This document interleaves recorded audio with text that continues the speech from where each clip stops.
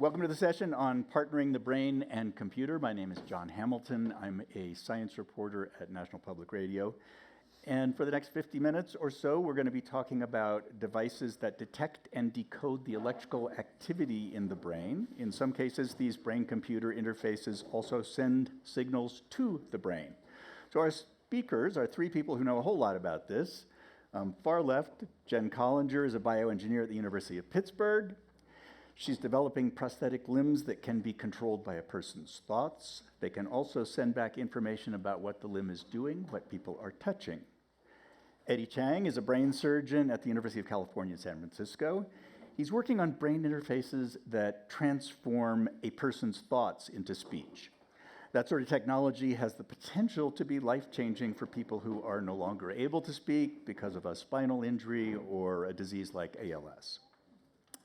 Finally, Nita Farahani is a professor at Duke University who focuses on the legal and ethical issues of emerging technologies, including brain interfaces. Her latest book is called The Battle for Your Brain, Defending the Right to Think Freely in the Age of Neurotechnology. Before we hear from our speakers, I thought it might be helpful to see just a couple of examples of what a brain interface can do. So we're going to watch a video from Jen's shop at the University of Pittsburgh.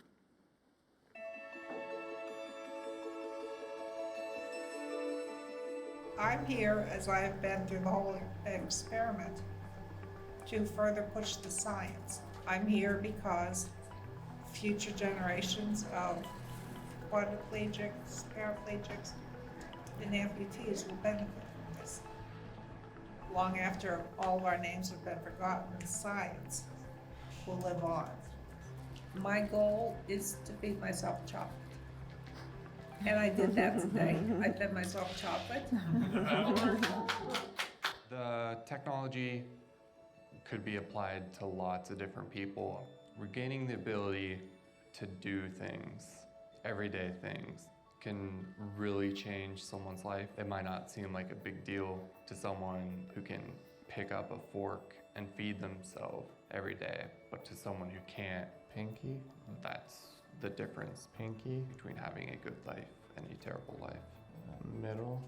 We started using the portable system in the lab a few years ago.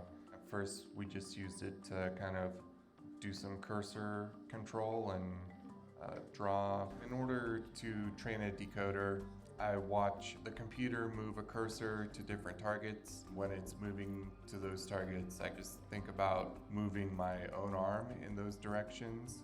It looks at the neural signals when I'm moving those directions, and it basically figures out what I'm intending. Having the ability to do that in some manner that is portable. It's not in a lab taking up a whole wall full of computers, and it's really simple to run by yourself.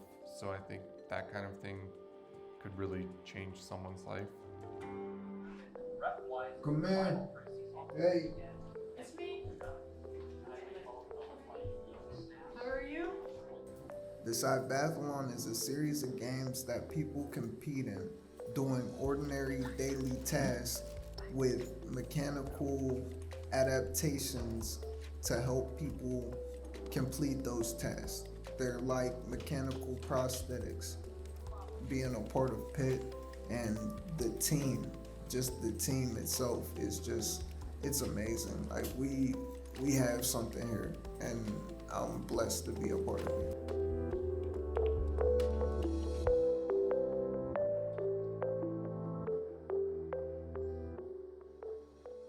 So amazing stuff, but all experimental for right now.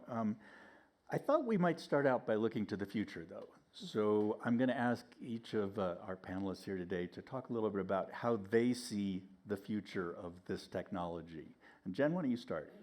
Sure. Well, thank you for being here, and thanks everybody for being here. I'm really excited to talk to you about this today. For me, I see the future of brain-computer interfaces really trying to restore function to people who have lost that through injury. And there's been a lot of progress made on the field in terms of computer access, speech decoding, as you'll hear about from Dr. Chang, and even movement restoration. And so I think that brain-computer interfaces will be deployed in stages, where in the first, they may be interfacing with a digital environment to communicate or access a computer. I think down the road, hopefully we can use that to actually restore movement either through a robot, which could be used as an assistive device, or potentially to the person's own body by combining that with stimulation of other parts of their nervous system. But I think that's sort of the progression that I see over the next, hopefully, 10 years. Eddie, you want to talk about future from your vantage point there? Oh, yeah. Thanks, John. So this is a super exciting time. A lot of the work that we've done on speech, and I'll show you a short demo about it, is really part of a linear evolution of ideas, first starting with control of a computer cursor, then to a robotic arm, and now working on things like speech and communication. And so you probably don't have to think about it too hard to think about how to extrapolate as we go on to different parts of the brain that have different functions. As many of you know, different parts of the brain encode different kind of information: vision, smell, sight, hearing, examples. So I think we're at the very beginning of a really interesting journey where at the very core of it is what we call decoding the brain, which is translating the electrical signals of neurons into things that we can understand or replace functions that we've had. We have one video that we were just going to show here that is just an example from our group. It's very short. We worked with a participant named Anne. She's about 40 years old and had a brainstem stroke that left her paralyzed in the arms and legs, but also left her unable to speak. We call that anarrhythmia. And so what we did was we implanted an electrode array over the part of her brain that processes the words that she's normally trying to say, and then we take those signals out of her brain into a speech synthesizer. So maybe you can show that real briefly. I was thinking about running to the store. To not make me laugh. So what you're seeing there is basically, just to summarize, a machine, a computer that is translating the signals from her speech commands and then turning them into an AI algorithm that can understand them.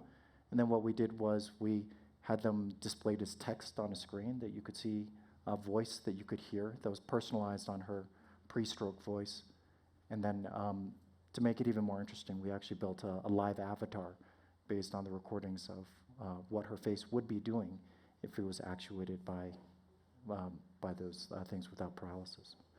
Before we go to Nita, I wanted to make sure we clarify something, which is what signals in the brain these devices are looking at. They're not reading all of your thoughts, right? So Eddie, for instance, with speech, what signals are they looking at? Yeah, so the ones that we've really focused a lot on are the signals that are actually supposed to be going to your vocal tract, so the ones that control the lips, the jaw, the larynx.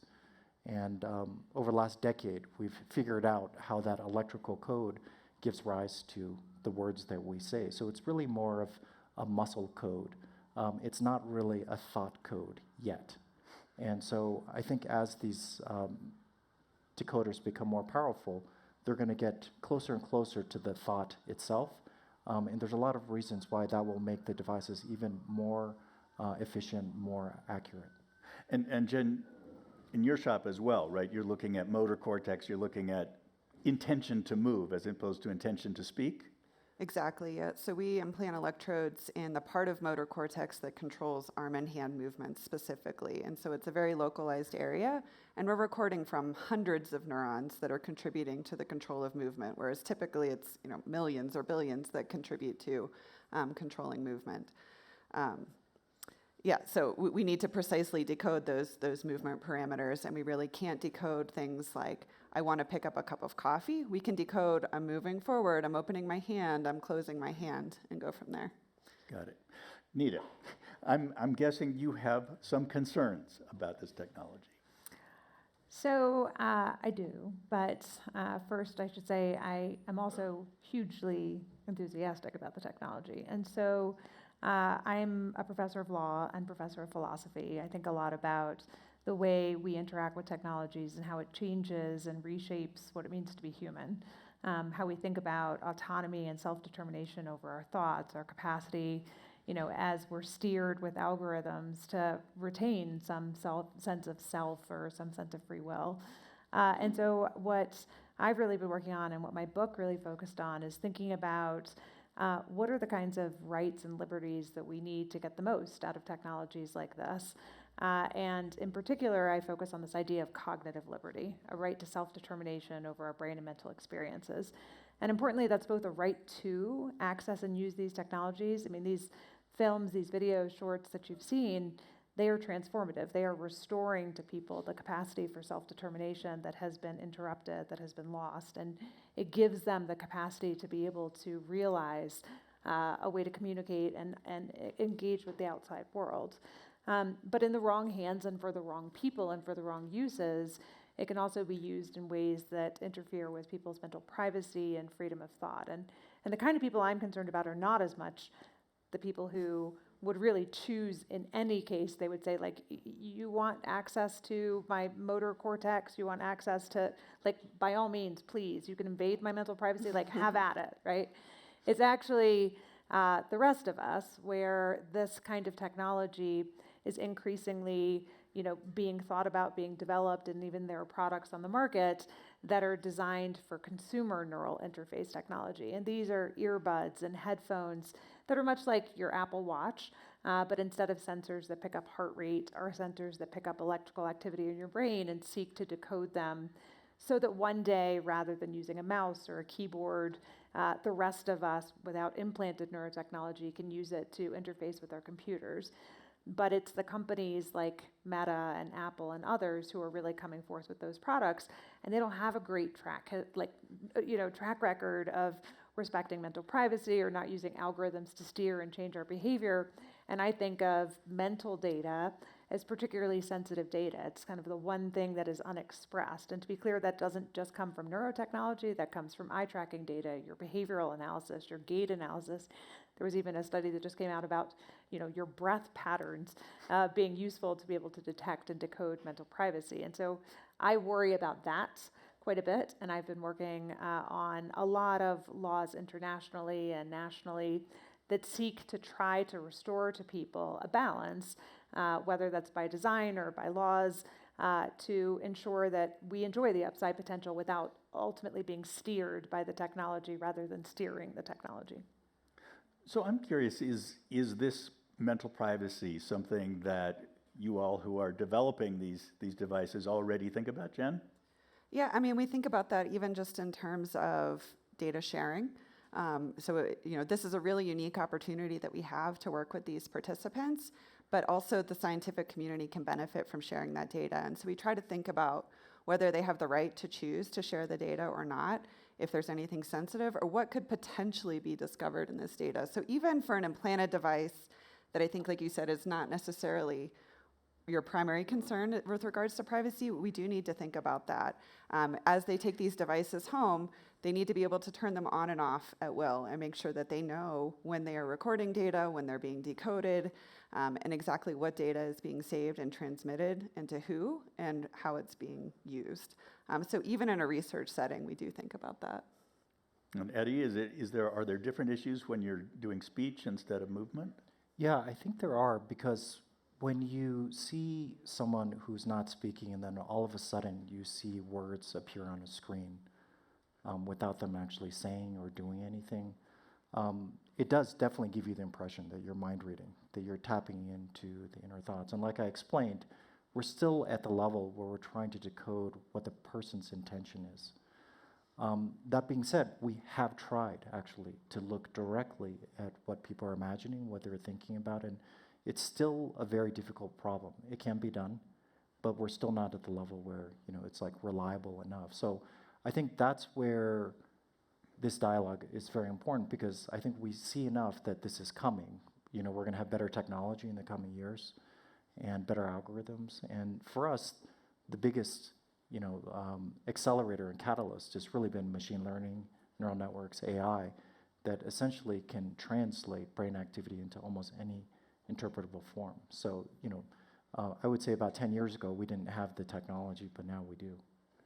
I want to pick up on that for a moment, which is, So in my book, the chapter of my book that I was surprised by how much it resonated with people is Your Brain at Work, which is to think about and to look at the ways in which neural decoding could and is happening in the workplace based on what we can do today, which is a far cry from what we might be able to do in the future with respect to actually decoding what a person is thinking. At this point, wearable EEG technology is very noisy. There's not very much that you can decode, but at best you can decode sort of brain states. Are you tired? Are you awake? Is your mind wandering? Are you paying attention? Are you happy or sad? Very crude levels of emotional decoding. But even that is already being used in workplaces across the world. And so fatigue monitoring, for example, it's a really great, tricky issue on mental privacy, which is if a truck driver is being monitored, and right now there are in-cab cameras and all kinds of technology that's put into place to make sure we know if a person is awake or falling asleep at the wheel. If you could have better and more accurate data by them wearing, a forehead band that picks up their fatigue levels and picks it up at earlier stages than what eye tracking could, or the micro changes to their steering, would we want that data? And as an employer, would you want that data? Most of us would say yes, right? It would improve safety. It might be less intrusive from a privacy perspective than having a camera looking at everything that's happening inside the cab to just be able to pick up that metric. But the question is, what is being picked up, right? Is that same data being used for other purposes? And there's anecdotal evidence that, for example, in China, where workers are required to wear these headsets to track their brain activity, that they're then shown things like communist messaging to see whether they react positively or negatively to that same data. Or students, the Wall Street Journal did a big story about this in 2019, looking at how in educational classrooms, students were required to wear headsets tracking their attention and mind wandering, and that data was being reported to the teachers and to the parents and to the state, and that they were being punished based on what their brain data reveals. And I just want you to set aside whether any of that data is valid or whether you could do anything with it, and just imagine being a child in a classroom in a state, in a country where you're being told your brain activity is being monitored, and what that does to your capacity for freedom of thought. So those are some of the kinds of things that as we think about this, like what does mental privacy mean and why should we care in settings where there's really informational asymmetry and power imbalances, it's those kinds of settings that I think are the most concerning, not the setting of a patient who, with their voluntary and intentionally communicated speech, is able to communicate with the world. This seems like a good time to bring up Elon Musk. As we all know, he has a company called Neuralink that is in the brain-computer interface business. The last I heard, and Jen, you can update me, is it still five patients, is that we know, that have been implanted with this device? And right now, the device gives them basic sort of cursor control, at least that's the videos I've seen. Oh, they were using Grok to communicate on X with autocomplete of lots of phrases of praise for Elon Musk, and we can that's get AI into that. At work for you, right? Yes. And the reason, part of the reason I bring this up is that Elon Musk has in the past talked about stuff like seamlessly integrating human brains with the internet. So let's talk a little bit about what the current reality is. Eddie, you want to start? Is we're not about to seamlessly interact with the internet, but how far away are we? Well, I think the image that everyone thinks about, of course, is The Matrix. Incredible, movie where you essentially plug in to a machine and you can download Kung Fu. And that is truly an amazing, thing to think about. The reality is there's no way to do that right now.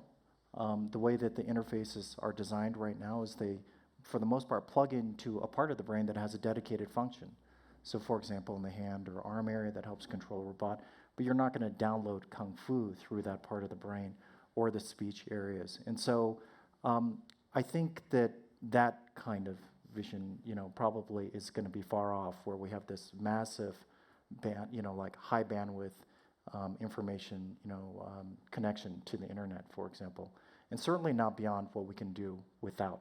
So I think, but in some ways, I think the aspiration is actually not that ambitious in my mind, because I think that there's something much more important that's going on, which is that AI is moving so fast that in the coming years, we actually don't even know what's like true human or artificial.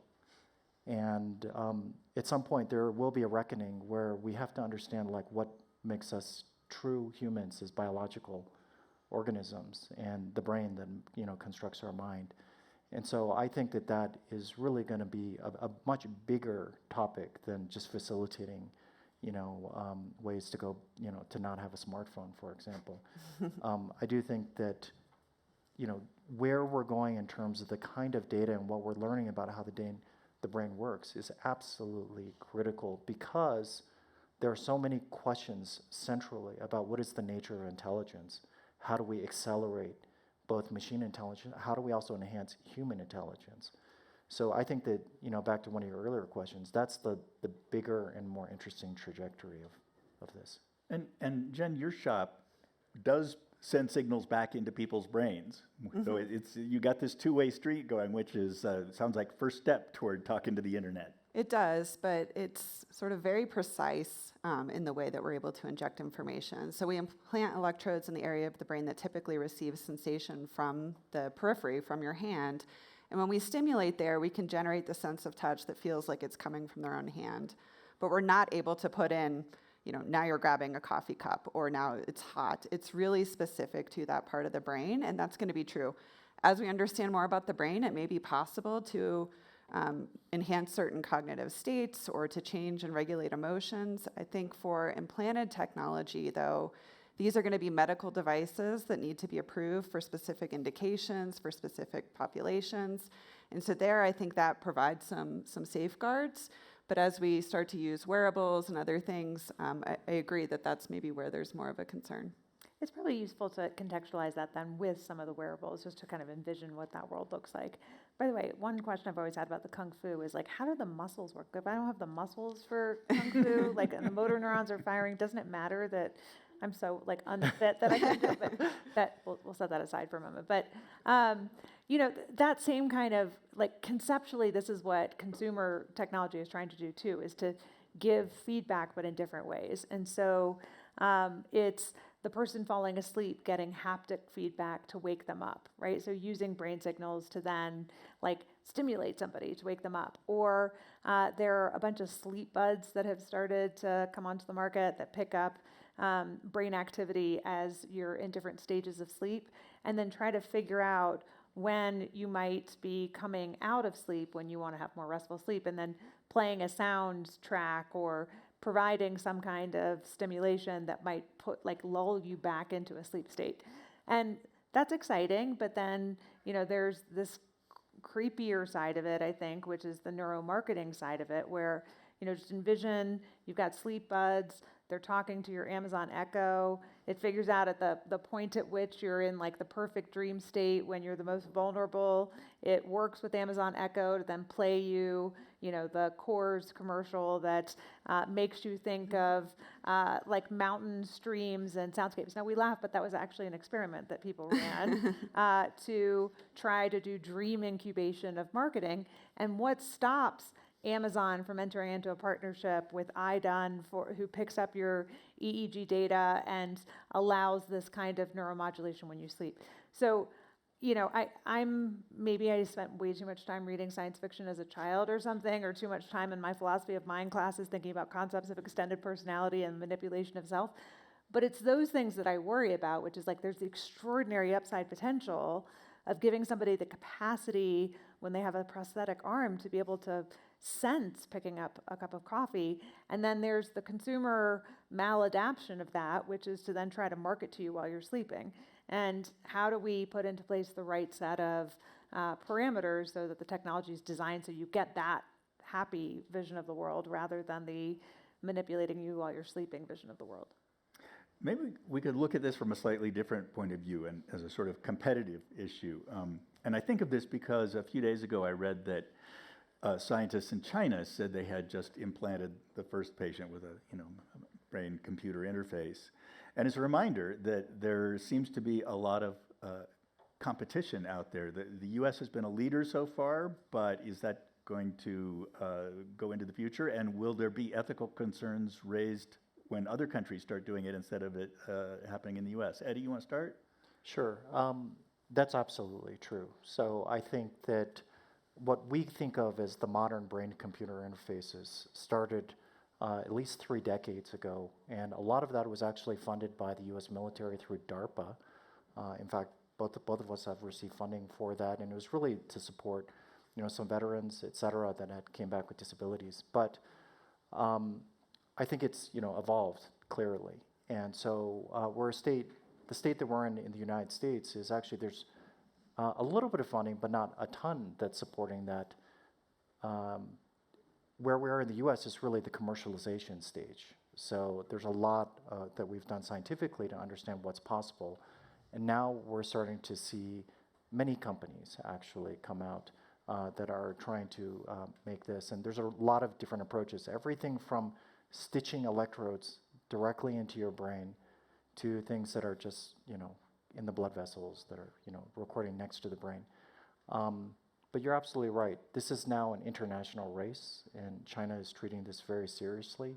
It's one of their main investments outside of AI and semiconductors. So, they see what's going on here and think that this is very important for the future. But it's not just China. It's Japan, Australia, Europe as well. Jen, anything you want to add?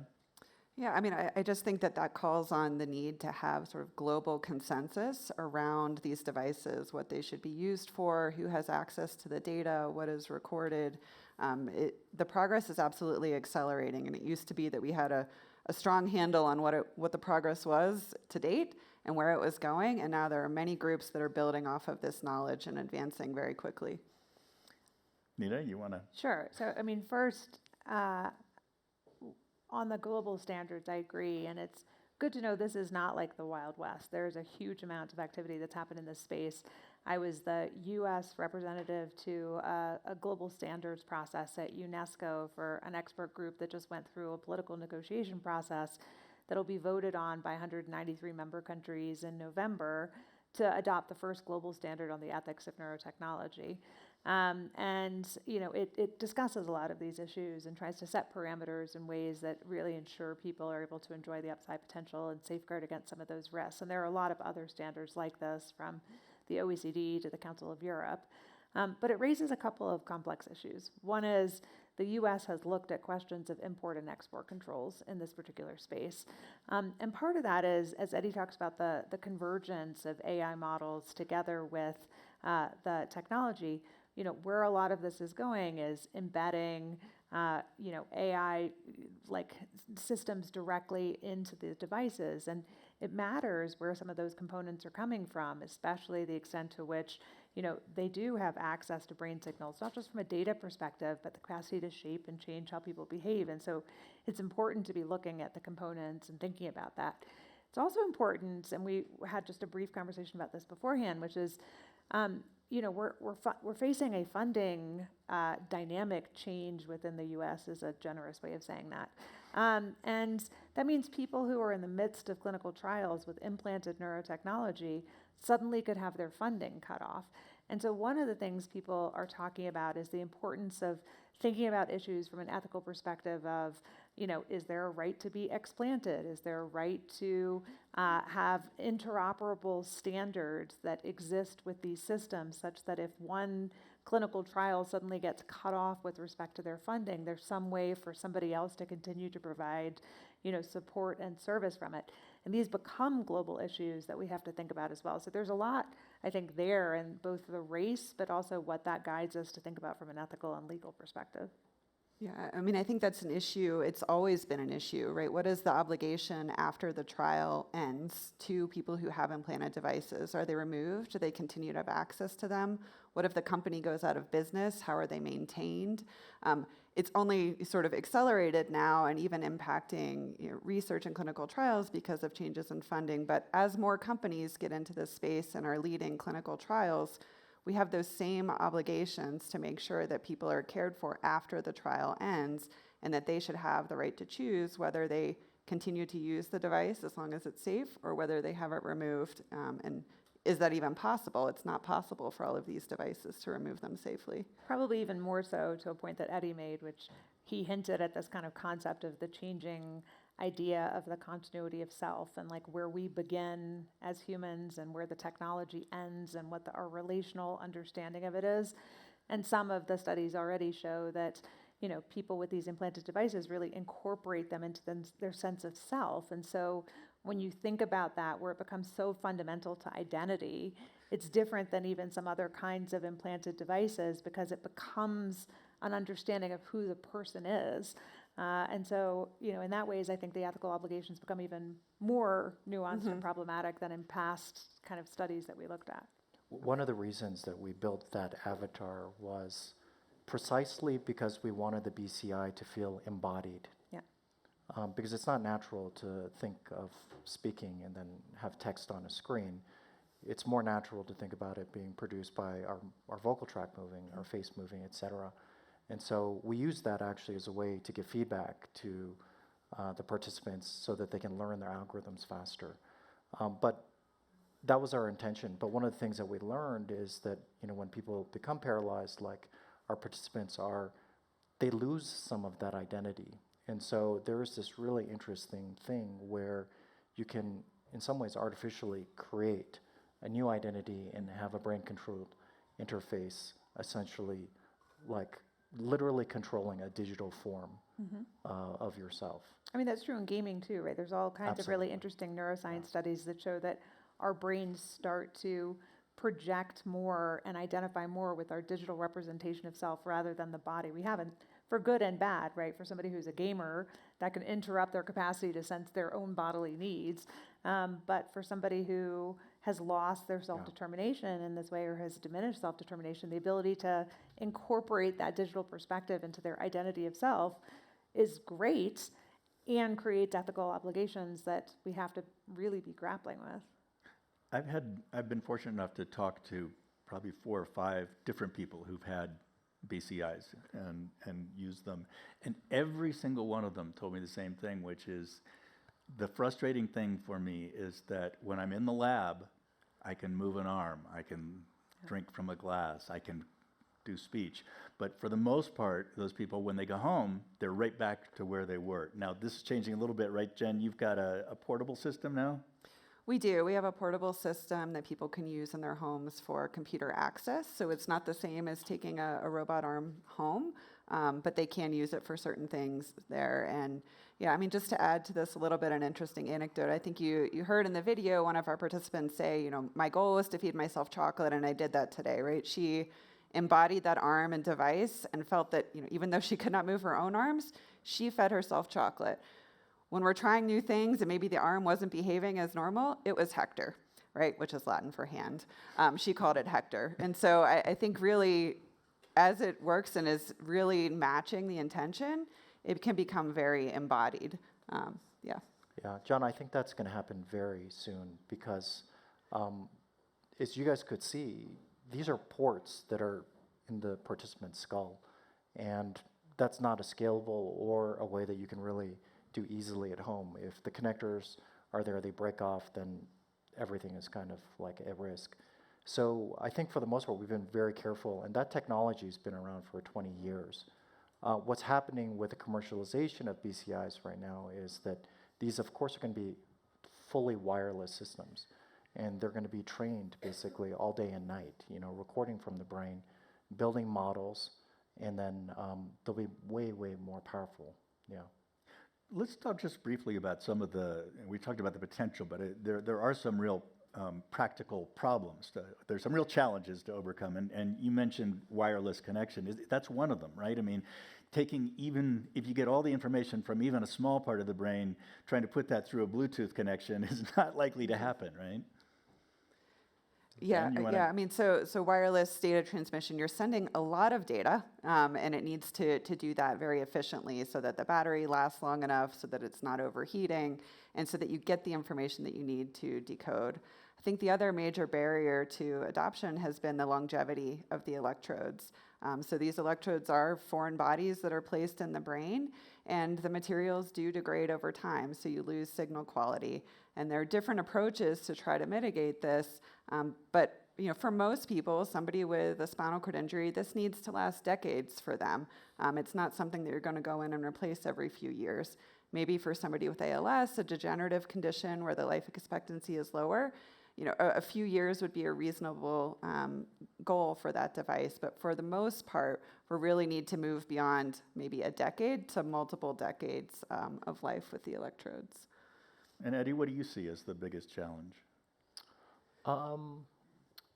I see the biggest challenge right now is the amount of data, because I think that we are going to overcome a lot of the hardware technological problems. Like I think that's coming, and there's technologies that are 100x more bandwidth than Bluetooth, for example. They're just not in commercial devices, but those are things that are going to be available for this soon. So I think that for the most part, the hardware part of BCIs is going to become the commodity. And the real value is really going to be on the data and really understanding what is the nature of the data. And what I mean the data is not about one individual's data, but really like the data at scale. So what does it look like when you have tens, hundreds, thousands of people that are interfacing with machines in this kind of way? It's just something that we've never seen before. Everything that we've done has just been so individual. But you can imagine, the complexity and also the opportunity. For the first time, we will be able to build LLMs of the human brain. Large language models. Yeah. I mean, not literally like based on text, but based on brain activity, where you can essentially have a generative model of the electrical activity of our brain and therefore our thoughts. So, that is essentially where this goes once it's at scale. Nita? Yeah. So that's where, it's great to get there, which is the brain foundation models has been where a lot of my research since the book has focused. Because, the kind of early ways in which a lot of people thought about what some of the risks of neurotechnology were from the neural data, right? What data could be captured. But instead, where most of this is going is toward the development of brain foundation models, right? Huge models like LLMs that are trained on data that there are already several of these models that have been developed. And then multimodal models, right? So it's not just that, you have brain data, but eventually that brain data works with text and works with images. So you have kind of real-time decoding that could be happening of far more.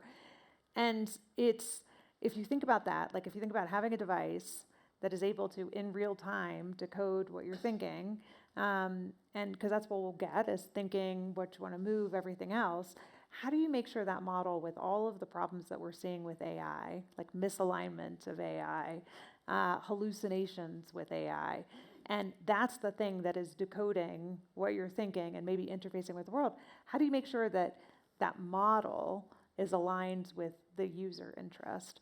And so I've really been moving toward thinking about that, like that being the biggest kind of ethical challenge, and thinking about one thing that's neat that's out there as a model is that Anthropic with Claude has adopted something called constitutional AI. So you have like the base layer that's doing the work, and then you have a guardian layer, like a second layer that is really thinking about, how do you make sure that there's alignment with the user? And their guardian layer isn't about neurotechnology, but you could imagine embedding things like fiduciary duties, right? The duties that you have, like a doctor to a patient has fiduciary duties. What if that model, right, that's sitting at the interface between your brain and the rest of the world has fiduciary duties to you? And if we designed the models in those ways, so that you have the base layer doing the neural decoding, but the fiduciary layer ensuring that the technology itself is aligned with you, could that be a way that you could solve some of the kinds of ethical concerns? And I sort of working with that as a possible different approach than really thinking about a lot of the regulatory approaches, which are downstream and probably, frankly, too late. You wouldn't even know if it was misaligned if, ultimately your sense of self has been so shaped and reframed by the technology itself. And from those of you who are actually developing BCIs, is that something you can do? Yeah, so I was going to build a little bit on the foundation models and why they're useful. So the way that these devices were typically calibrated, particularly when we started, is You record brain activity from that person, that specific person, while they're instructed to imagine very specific actions. So you have one column of data that is neural signals, another column that is movement parameters. You figure out that relationship, and it works well for a few hours, and then everything changes again. A foundation model can use data from one person or from every person who's had this device and really figure out and observe data at any given time without that explicit calibration procedure to give them control. And that's really important for these medical devices because things will change just due to recording instabilities, due to pain, due to fatigue. And they're not going to be usable if we have to recalibrate to every single scenario. So people are making fast progress on these foundation models, and they're going to transform these medical devices for sure. But they can also be applied to wearable technologies and other things that, one individual person's wearable EEG is very noisy. It's really difficult to tell unless you've given it a lot of labeled data about what you're doing and where and the scenario. It's difficult to infer that. But if you have millions of people's EEG data and can build a foundation model, it becomes easier to say with more confidence, exactly what that person was doing. And so I think this suggestion of kind of monitoring it after doing the decoding is really great. Just one additional thought on that. So I sort of started thinking about this a lot a couple of years ago because at the MetaConnect conference, this has been one of the big things that has prevented the consumer applications from becoming more widespread. As everybody's brain's a little different, right? You'd need a lot of training data for each device. And if you're thinking about a consumer product, right out of the box, it has to work for you, right? Mm-hmm. And so they were talking about how Meta has a set of glasses together with a watch, basically, that has a sensor that picks up motor neuron activity. So activities that goes from your brain down here to your wrist to pick up your attention to type or swipe or move. And they were limited before brain foundation models because there's very little that you could do. But if you could have a on-device large language model that learns you and co-evolves with you, then out of the box, you could do things like up, down, left, right. And then the more you use it, the more it is able to evolve and change over time. And so it's a game changer for consumer devices as well. Mm-hmm. It's a game changer for neuroscience, too. You could use foundation models to do a lot of things, but one of the things that we're most fascinated with building these models is building digital simulations or digital twins. So there are now parts of the human brain even that we have so much data on that we can build the first ever virtual simulations. In our particular lab, we can now simulate what a foundation model, a part of a human brain, is going to do when it hears words, my words.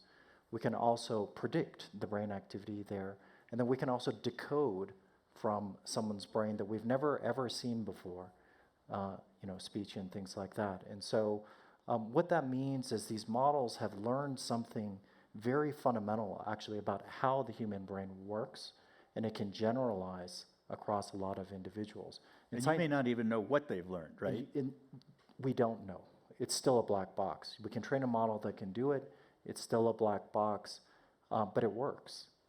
And what it's learning is something very, very fundamental to who we are. And so what's interesting about this now is to make those foundation models really accurate.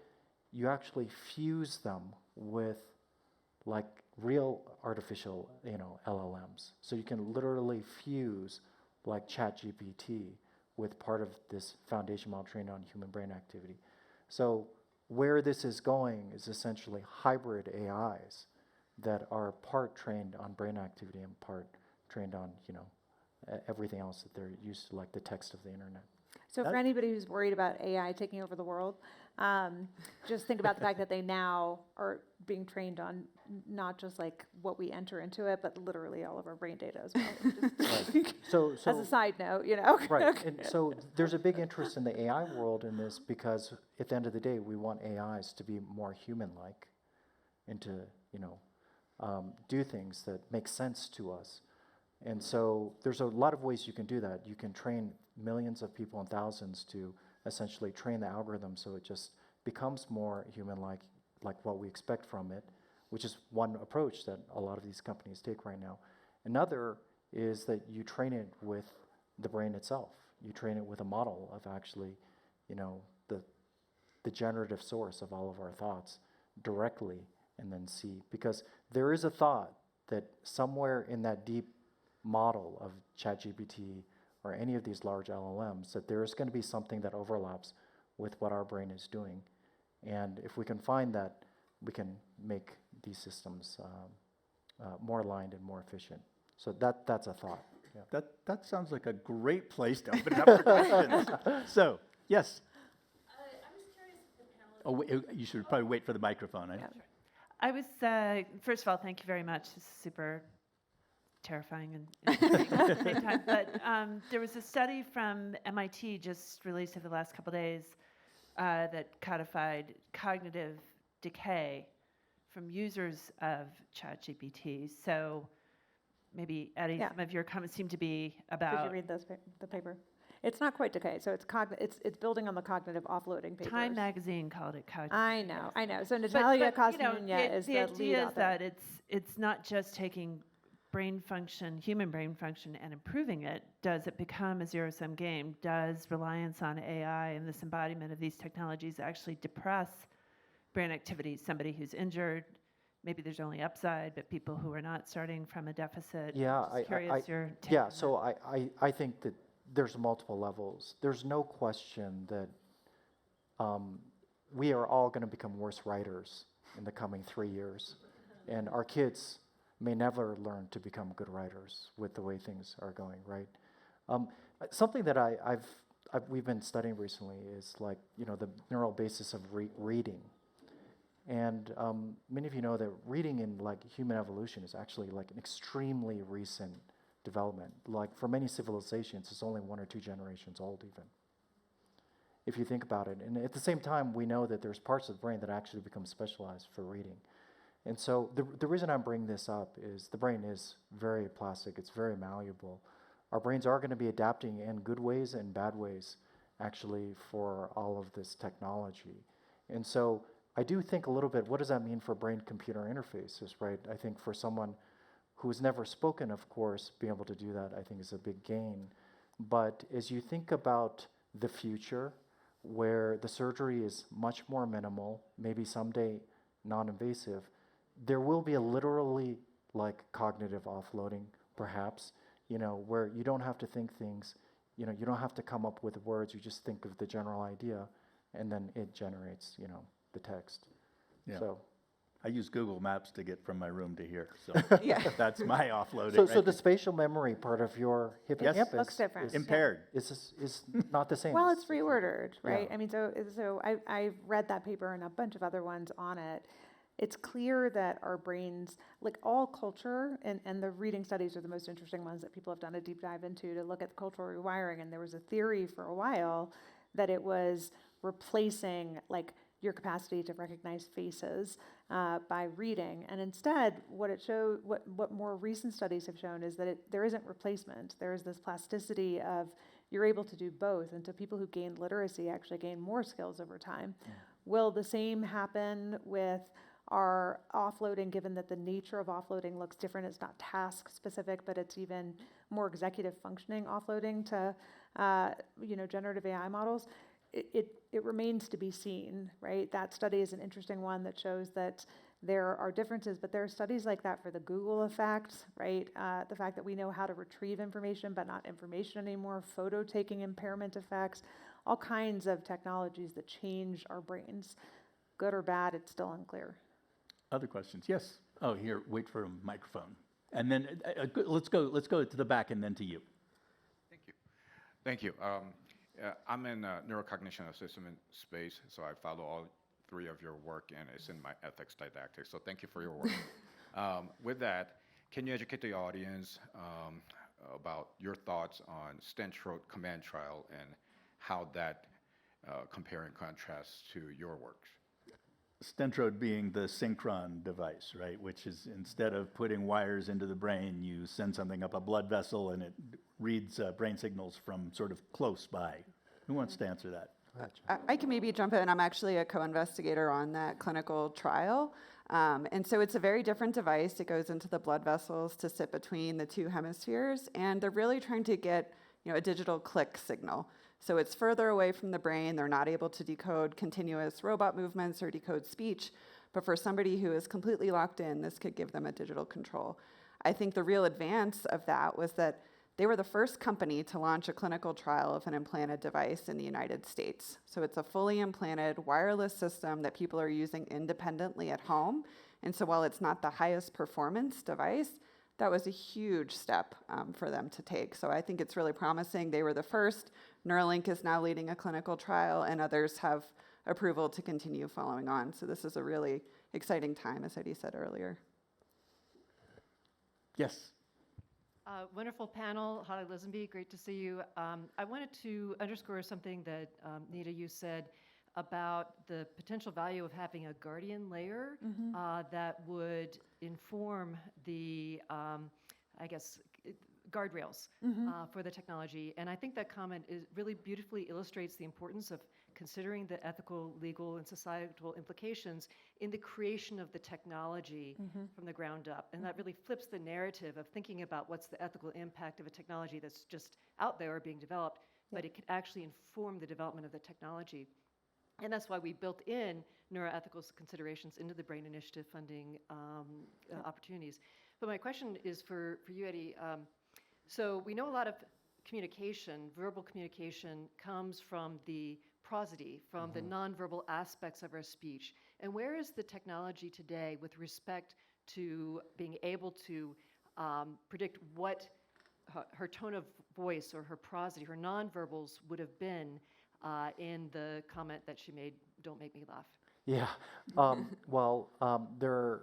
There are two ways to do that, which is to tap into how someone is feeling, which is sort of the source of the prosody. And then the second part, which is like the motor control, like how that affects, let's say, the pitch of the voice, which is controlled by the tension of the vocal folds. That's what's really making the prosody in the voice. And both are possible now. So with the latest speech BCIs, both work that we've done and also some of my colleagues, that speech BCIs can now have intonation. You can now sing. It's just moving that quickly. But there's another layer that I think is probably the more interesting one that is tapping into sort of the latent, hidden, like what are our feelings that are generating that prosody? And so this is work, as you know, and work of your group is just really thinking about this psychiatric space as the future of brain-computer interfaces.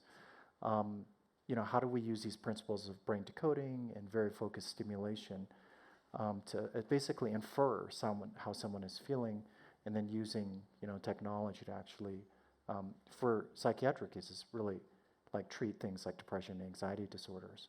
But part of doing that is understanding the basic biology of what that neural code looks like.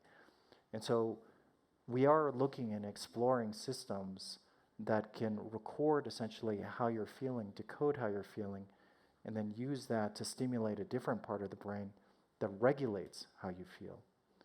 So this whole thing about tapping into the internal mental states, it really is here, just in these more primitive forms, and I think it's just going to continue to evolve.